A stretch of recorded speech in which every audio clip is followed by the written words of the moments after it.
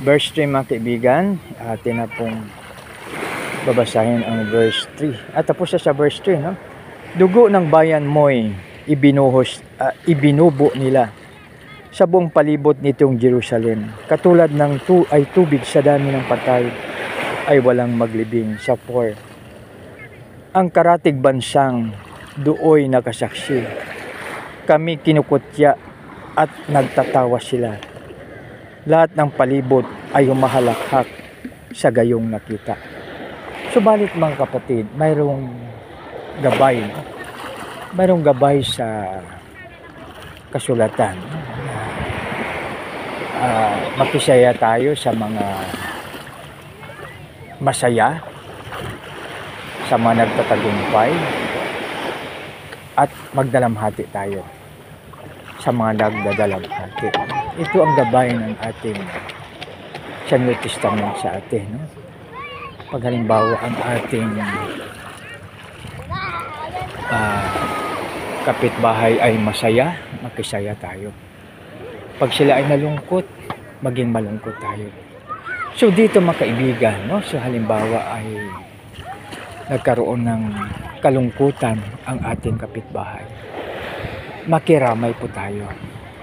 Makidamay po tayo. Dahil anumang laki ng lungkot, pag ating hinati-hati, ito mga kaibigan ay magiging magaan. No? Magiging magaan po siya. No? Kaya napakaganda pag tayo po ay napakaganda pag tayo po ay naghati-hati. No? So halimbawa yung kwan. Pag tingnan natin yung kwan, yung Pizza Hut, no? O kaya cake. So yung cake, di ba buo siya, round. Tapos pag hati-hatiin natin, halimbawa, hatiin natin sa 24, no? So ibig sabihin, ang isa doon ay kukuha ng 1/24. Isa naman, no? Hanggang maging 24 para maging buo. Parang ganun mga kaibigan. No? Ano mang lungkot, ano mang lalim ang sorrow, kayang-kaya. Ano mang laki ng problem, kayang-kaya. No? Kaya tayo ay makiramay, makisaya, makidalamhati. No? So, walang malaki problema pag kayo sama-sama. No? Aking sinasampol palagi, no? Halimbawa, ang ibang lingkod may problem. No? Ang problem ko halimbawa ay 100K. So sa 100K, pa mayroon akong, kasi tingnan natin sa Facebook, may mga friends tayo na iba 2,000. No? Halimbawa, 100K sa 200 na tao. Tag 500 lang po yun. Tag 500 lang, no? So biro mo yan, no? So balit, depende ha, halimbawa, depende po, halimbawa sabihin natin, friend, tulungan mo po ako. Kailangan ko yung 200 na tao para tutulong sa akin. Tag 500 lang. So magkaroon ng 100,000, halimbawa 100,000 yung kailangan ko po. So halimbawa sa friend mo, friend, ano ba ito, hiram o tulong? Pag sinabi niya, tulong na po yan, friend. O, tulong lang yun. O ilista. O sabi niya, hindi, hiram ito. So ngayon, pag sahod ko halimbawa, pag may blessing ako, kaya ano po yan? Hati-hatiin po. Hati-hatiin po yung pagbabayad. Halimbawa ngayong January, ha? O January, sino kayo yung babayaran ko sa tag 500? Ilista mo rin po yung tulong lang sa'yo. Diba sabi niya, friend, tulong lang po ito ha. Love gift ko yan sa'yo. Kasi alam mo ba mga kaibigan, pag magbigay tayo ng love gift, talagang napakasaya pag tayo ay magbigay ng love gift. No? Halimbawa, si Mr. X ay nagbigay po ng love gift.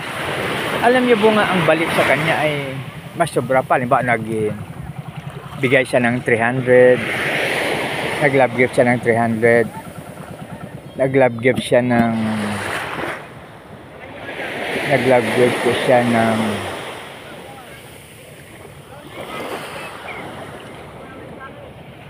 Nag-love gift ko siya ng 150, 450. Ang balik sa kanya ay sobra doon, no? Iba 500 ang balik sa kanya. So, yan po mga kaibigan, no? So, napakaganda pag tayo ay magbigay, no? Mas mapalad ang magbigay siyang sa tumatanggap. So, yan po mga kaibigan, no? So, yan po ang ating ano po ngayon, no? So, tuloy na po tayo. Dito na po tayo sa yan, no? Dito, ang karatig bansang Duoy nakasaksi. Kami kinukutya, no? So, ang pagkutya ay bawal. Bawal po. May nagbabawal ng moral na gabay. Ang pagkutya natin sa ating kapwa, no? Kasi kung anong gagawin natin sa ating kapwa, yan din po ang mangyari sa atin, dahil kung anong ating itinanim, yun din ang ating aanihin, no? Diba, no? Kung anong ating itinanim, yun po ay ating aanihin. Tapos humahalakhak sa gayong nakita, no? So, wag po nating pagtawanan ang hindi tagumpay ng iba. So, ipag-pray natin. Oh, di ba mga kaibigan, apat ang gagawin po natin sa kaaway, lalo pa pag ating kapitbahay. No? So, sa kaaway, apat ang gagawin natin. Love our enemy. Love our enemy. Pangalawa po ay pray. Pangatlo ay pagpalain. Pang-apat ay gawa ng mabuti, no? So lalong-lalo pa po mga kaibigan sa ating mga kapitbahay, no? So nakalagay sa utos po yung summary ng 10 commandments, no? Love your neighbors, love thy neighbors as thyself, no? Mahalin natin ang ating kapwa tulad ng ating sarili. Di ba napakaganda mga kaibigan pag mahalin natin ang ating kapwa tulad ng ating sarili? Kasi tayo ay magiging very happy. So yan mga kaibigan, no? Pag ating mahalin ang ating kapwa. Dahil pag love natin ang ating kapwa, wala tayong kaaway. Masarap po ang ating tulog sa gabi. Dahil pag tayo may kaaway, nagpaplano tayo kung paano tayo makaganti, no? Subalit pag tayo ay sa ating Panginoon, sundin natin, napakasaya dahil masarap ang tulog natin, no? So napakaganda pag masarap po ang ating tulog. Dahil pag masarap ang ating tulog, magkaroon tayo ng good health, no? Magkaroon tayo ng good health, mga kapatid ko, no? So yan po, no? So wag nating pagtawanan. Punta na po tayo sa sunod na verse, sa 5 po. Iyong galit sa amin, O Yahweh, hanggang kailan ba kaya matatapos? Di na ba titigil ang pagkagalit mong sa amin? Tutupok.